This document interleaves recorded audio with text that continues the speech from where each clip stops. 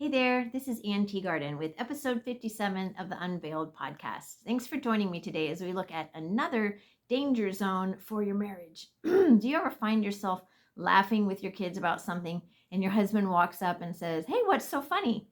And you look at your kids and your kids look at you and you realize it's kind of hard to explain because it's an inside joke that you have with them. And you don't mean it to be. It's just that dad wasn't there when the original event happened, or he didn't read that book with you. It's so easy to develop a friendship and a camaraderie with our kids when they get to a certain age. We often bond with them through shared experiences. And ideally, dad is in on those bonding times. But what can happen is mom spends more time with the children than dad does, typically. And this is especially true of homeschool moms. So if you're a homeschool mom, pay close attention because this is more of a danger for you, I think. There was a time when my husband was traveling often, and the kids and I spent all day, every day together. And we developed our own traditions, our own jokes, kind of our own culture, really. And it was fun. And I didn't realize there was a downside to it until I noticed that my husband felt left out. I also began to realize that I had more fun with my kids than my husband. Uh-oh, it was time to reevaluate things. It's so easy to have a kid-centric home. At some stages of life, the kids have all these activities that they're a part of. Life begins to revolve around their lives, but it doesn't have to be that way. Growing up, my parents had their own lives separate from ours. They had bridge club, they played tennis with friends, they had Sunday school parties, they had outings with their friends. I had many nights with a babysitter, but we just don't seem to do that much anymore. I remember suggesting to someone that they get a babysitter, and you'd have thought I'd suggested she sell her kids to the gypsies. But, it's not bad to get a babysitter.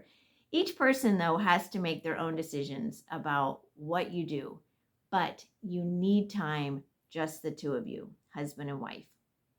The marriage relationship needs to be a higher priority than the parent-kid relationship. Why? Because the marriage relationship is forever. The kid relationship is only for 18 years or so, and then it morphs into an adult relationship with them. And if the marriage relationship is healthy, the kids benefit from a sense of stability and safety. And it's the best gift that you can give your children, a strong marriage. They will benefit from that more than from tons of enriching activities. So, what are the danger signs to look for? Some of them are wanting to spend time with your children rather than your spouse. If that's the case, ask yourself why. Are they more fun? Then find a way to have more fun with your spouse. Invite your spouse to join in the fun with your kids. Is it because you feel closer to them? Well, what can you do to rekindle closeness with your husband? And hint, it's not spending less time with him. Plan some date nights, hug him more, kiss him more, find more time to be alone with him and talk and share. Do you find yourself having inside jokes with your children like I did? Well, explain it all to dad so that he can be in on it. Don't roll your eyes and tell him he wouldn't understand. Encourage him to make more of the kids' events if possible. Encourage him to learn the names of your kids' friends and understand their activities. Have a family movie night or a book club so that you have shared experiences as a whole family. If dad's traveling a lot, like my husband did, try to talk with him each day and fill him in on what went on. Have special time with just the two of you, husband and wife, when he returns. I can't caution you enough how dangerous this can be if left unchecked. Transferring our affections and need meeting to our children will hurt everyone in the long run. It can deteriorate your marriage. You could be left bereft when the kids leave, or you could become reluctant to let them go. It's great to have fun with our kids. Don't get me wrong, but you can't let them be your best friend. There are many verses in the Bible about training your children and disciplining them.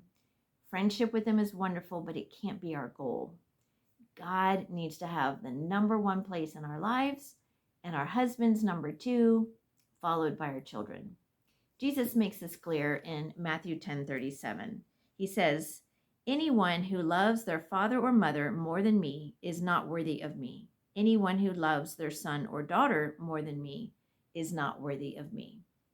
God has to be the center and foundation of our marriages, not our kids.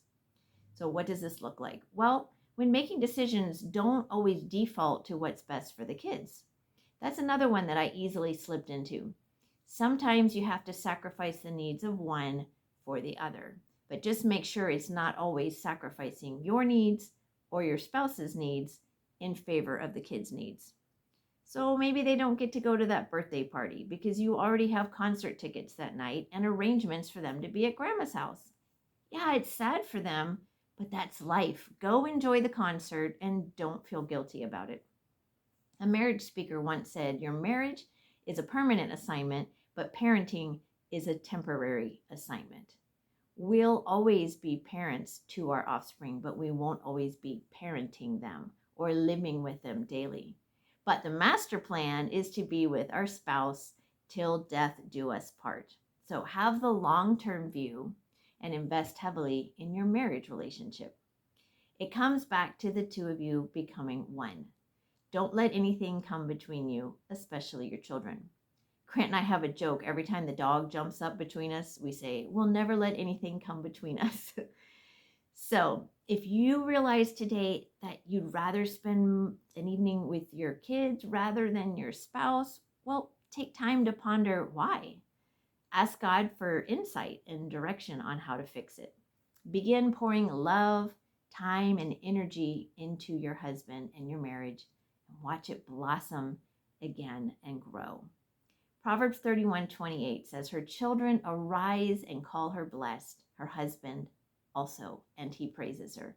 Notice it says her husband also. He hasn't been forgotten. Don't forget him.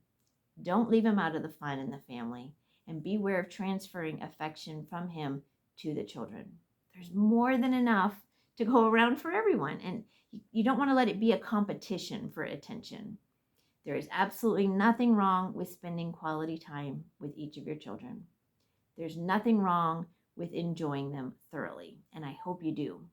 Just don't let your relationship with your husband get lost in the process. So this week, plan something fun for just the two of you and enjoy him. Well, that's it for today. If you have comments or questions, please leave them below or email me at anne@synergiamm.com. I hope you had a fantastic Thanksgiving holiday. We did. Go enjoy.